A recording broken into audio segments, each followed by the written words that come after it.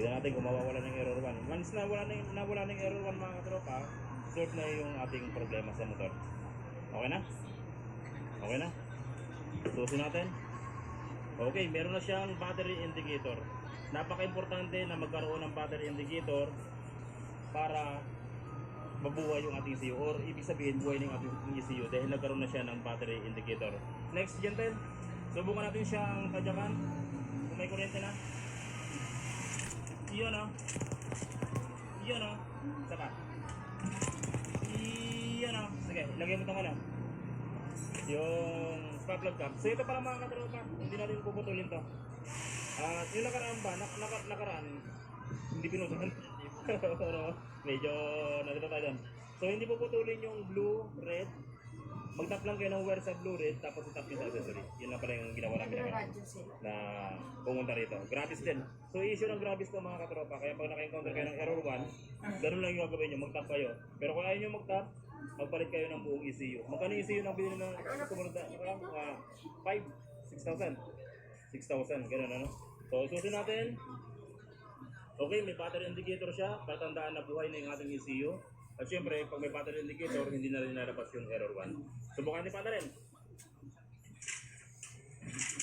It's alive!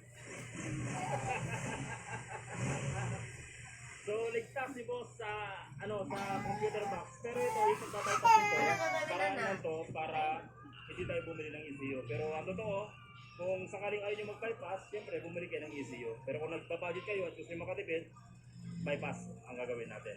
So ito, 13.8, ibig sabihin nagkakarga na yung motor ni boss. Pag nirevolution natin, medyo bumababa siya kasi medyo lobat na yung motor ni boss. Lobat na yung battery niya pala, 13.8. So ibig sabihin, nagkakarga yung motor at siyempre lobat yung kanyang battery dahil 2 araw daw makalipas nung nilagyan ng battery nila boss, hindi na umandar at nagkaroon na siya ng error 1. Yung pala ang problema, wala nang supply doon sa ating computer box. Okay na. It's alive na. Alright. Patayin natin. Subukan natin yung push button kung gagana. 12.9. Sabi, nagkarga na yung battery ni boss, ano?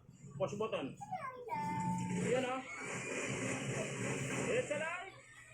So yun ang mga katropa, kung sakaling may na-encounter kayo ng ganitong klaseng problema sa inyong motor, lagi error 1, walang kuryente, walang fuel pump, ito lang yung mga dapat yung gawin para makatipid kayo at makaiwas gastos ang inyong customer. So yun ang mga katropa, maraming salamat sa walang sawang pagsuporta sa ating channel. Sana tuwing nanonood kayo ng ating video, maraming natutunan na nagagamit nyo sa inyong panganap buhay or sa inyong pag-DIY. Maraming salamat mga katropa. God bless. At syempre, ingat palagi sa pag-wiring. Upgrade time sa hapon. With great taste. Good morning! Girl, gising! I'm so bored. Kaya pala. Para fresh, hanapin ang cooling crystals. Switch to Ay!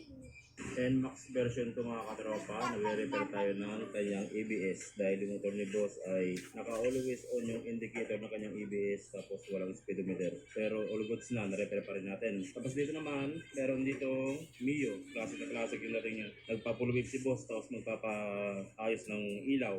Dito naman repair ng headlight, PCX, ito kabit ng driving light, tsaka busina. Dito naman mga katropa, meron tayo dumating dito na nakagarong at bihira lang makita dito sa atin yung Tri-City, yung kanya